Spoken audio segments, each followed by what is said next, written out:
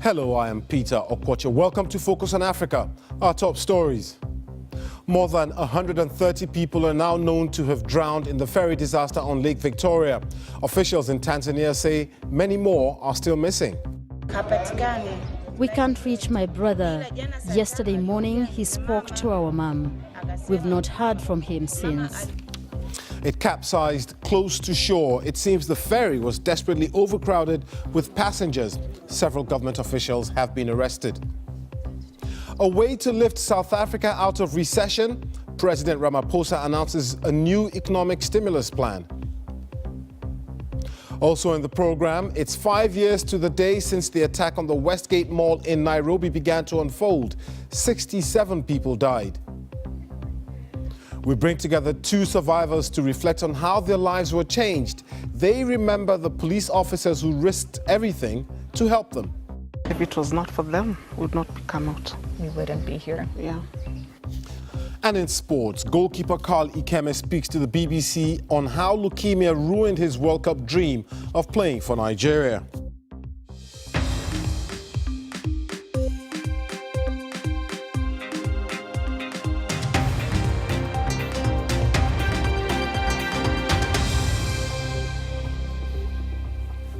Thanks for joining us here on Focus on Africa from BBC World News. 24 hours on, the scale of the disaster on Lake Victoria is becoming horribly clear. The president of Tanzania says more than 130 people have died after the MV Nyerere capsized close to shore. 37 people were rescued, but it's feared that many more bodies from the overloaded ferry will be found. Relatives gathered at the lakeside as rescue boats continue the search. We'll be live in Dar es Salaam, where the anger is growing at how such dangerous overcrowding could happen. But first, here's Ann Soy with this report.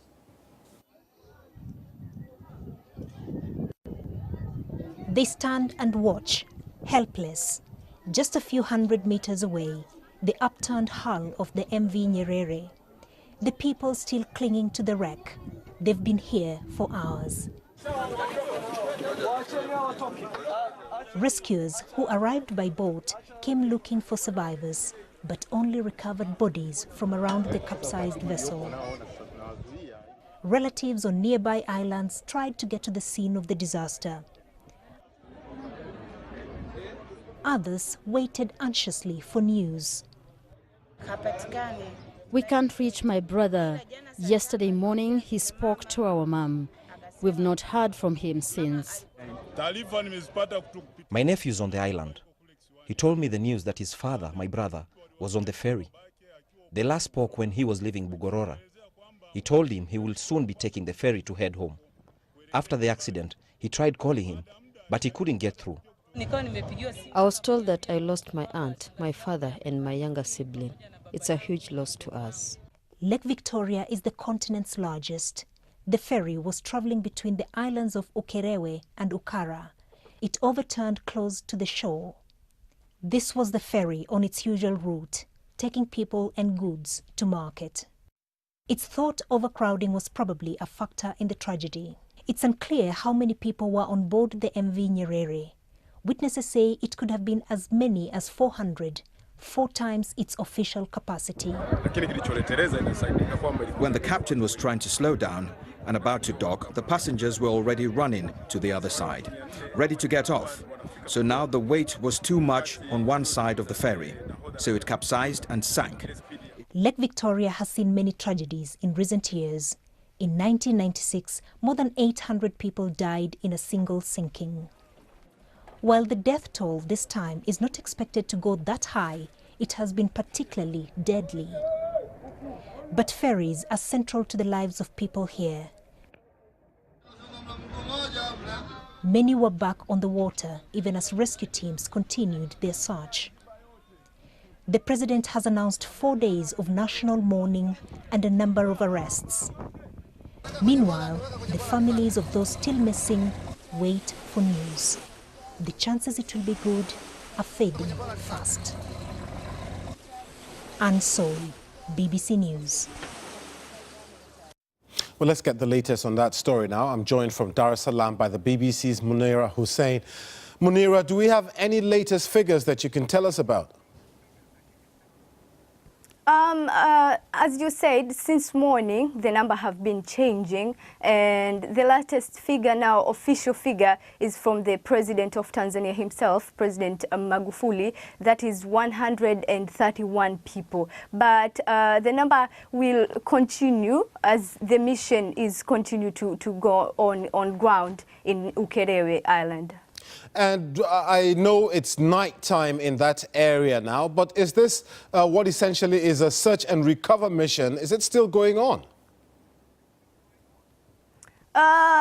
Last night, the mission stopped at late hours, but today, until now, the mission is still going on. And I don't know if they'll stop or not, but maybe they have more equipment compared to yesterday. And as we just heard in Anne's package there have been several mishaps like this in the area for a while, and it's causing a lot of anger with the people. What are people saying about this latest incident?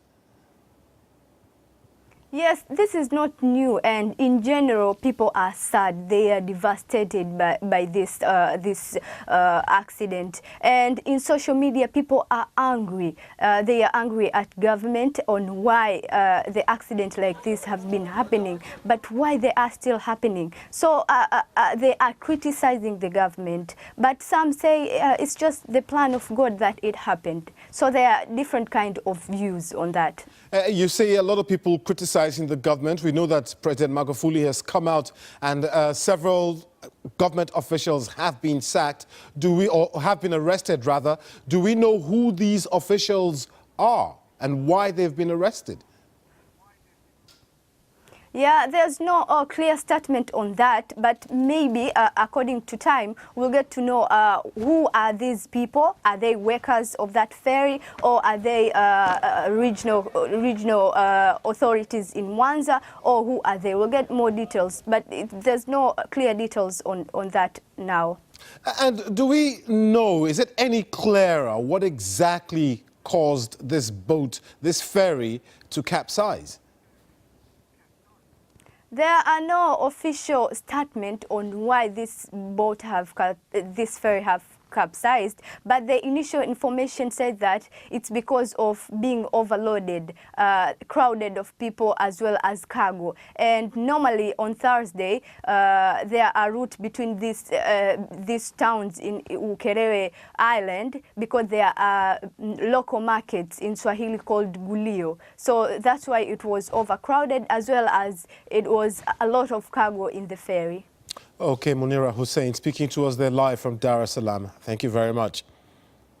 Let's take a quick look now at other stories making the headlines across Africa. People in Eswatini have been voting for members of parliament in an election which critics have described as a farce. Political parties in the country, previously known as Swaziland, are banned from taking part in the poll, and almost all the candidates are seen as loyal to King Mswati III.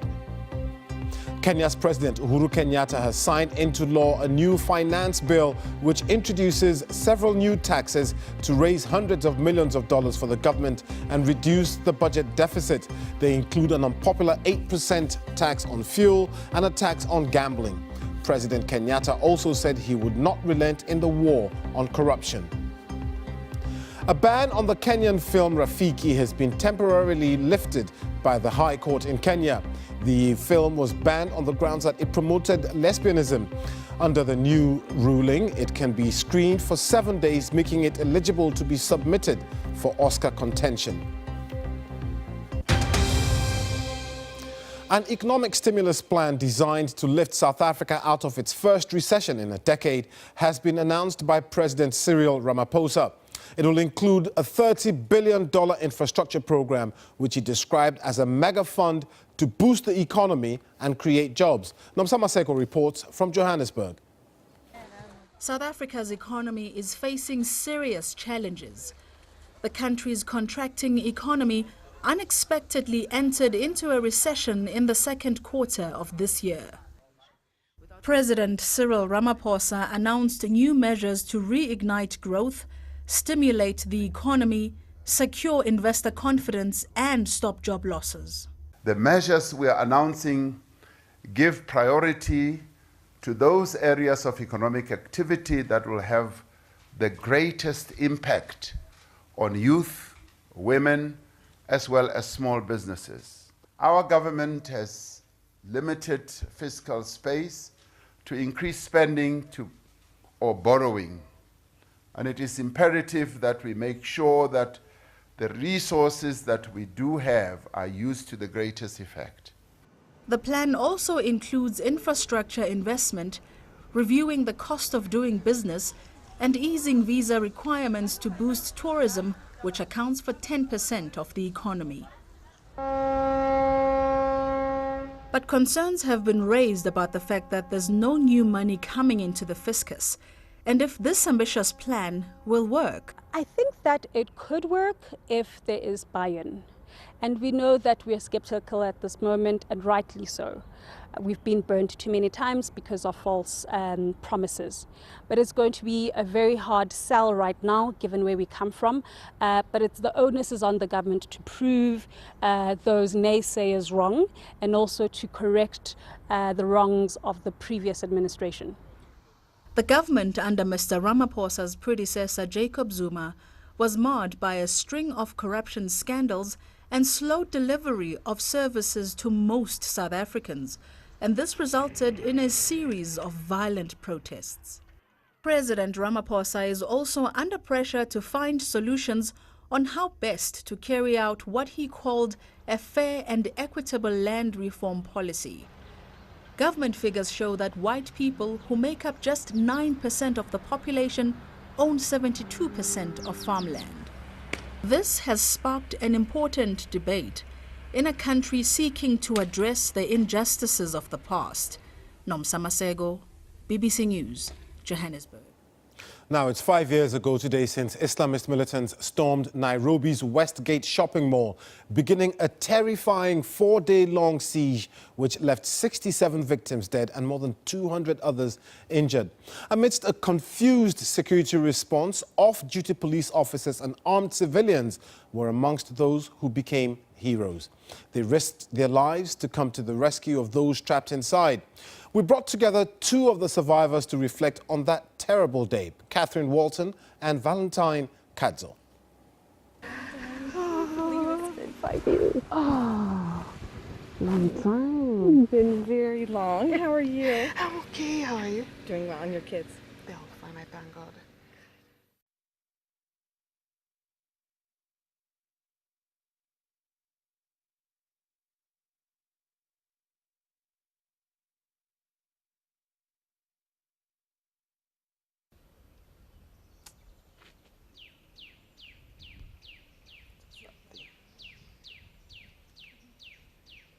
So these trees are small? Mm-hmm. Wow. I went through counseling to help with the trauma, and it made a significant difference in my life. Because going through trauma and having PTSD, it's a lifelong journey, and it takes a long time to get over. So I can really only imagine what the police officers, what they saw, what they experienced.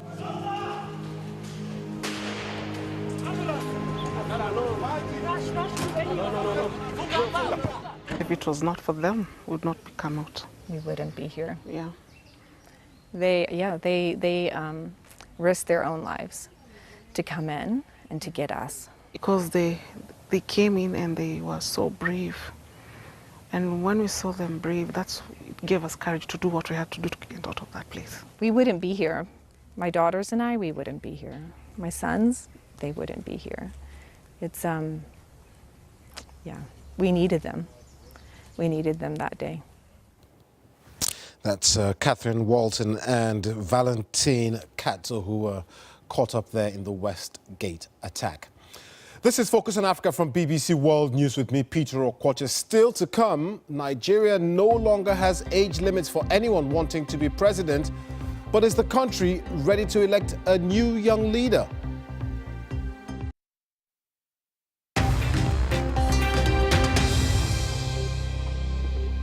I'm Peter Okwoche. The top story this hour. More than 130 people are now known to have drowned after an overloaded ferry capsized in Lake Victoria on Thursday. The ferry sank close to the shore in Tanzania, but so far only 37 survivors have been found. The search for survivors continues. And let's stay with that story now, because in the last few minutes, our correspondent Abubakar Famau has sent us this report from the shores of Lake Victoria. This is Bogorora port, and it is here where the ill-fated MV Nyerere started its journey yesterday before it perished with hundreds of people. The accident sent widespread shockwaves across the island, and the residents of this area have come here. They have gathered in their big numbers. They are curious to know about the fate of their relatives who have lost or who have perished in this or in that accident. Some of the people have come here as early as dawn, and they have, braved the scorching sun. And until now, some of them are still here.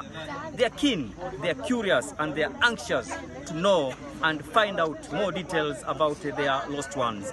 Asante sana. This is Veronica. She's telling me that she has lost her sister-in-law in the accident, and she's here since yesterday until today.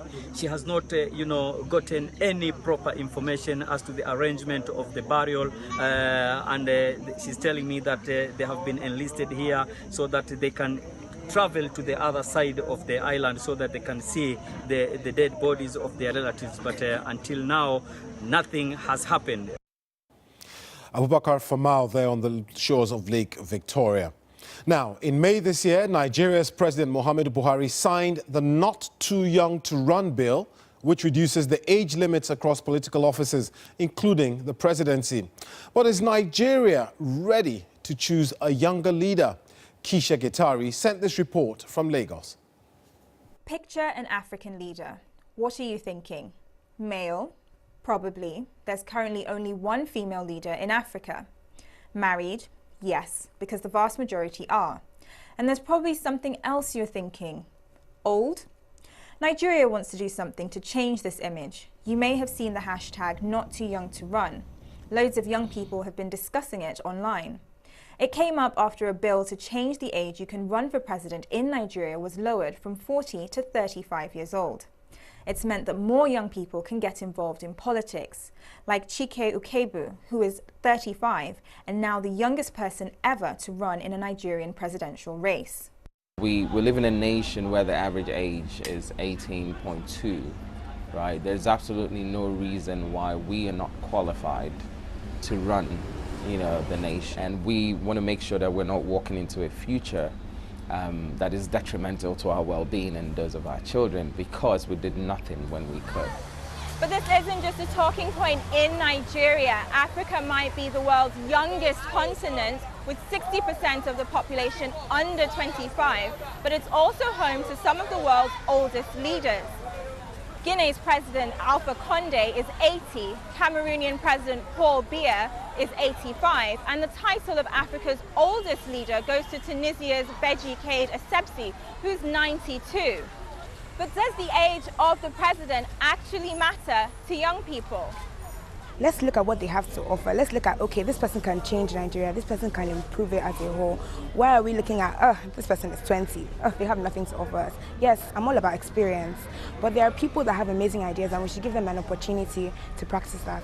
I don't think the age really matters. I think qualification is everything, like how much a person can do for the country. I would look at someone's experience when voting for presidents. I feel like if we had some younger leaders, some people who are more open to trying new things, that's when the country can see some real change.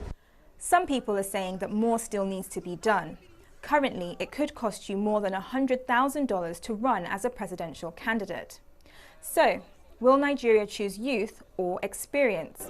We'll get to find out when the elections happen in February.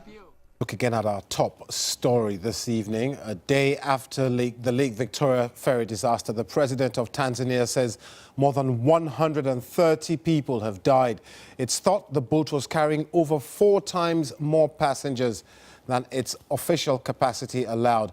A number of Tanzanian government officials have been arrested. Now, don't forget, you can get in touch with me and some of the team on Twitter for updates, of course, on that story from Tanzania. I am at Okwache. For the moment, that's it from the program. From me, Peter Okwoche, and the rest of the Focus on Africa team. I hope you have a great weekend. Hopefully, see you next week.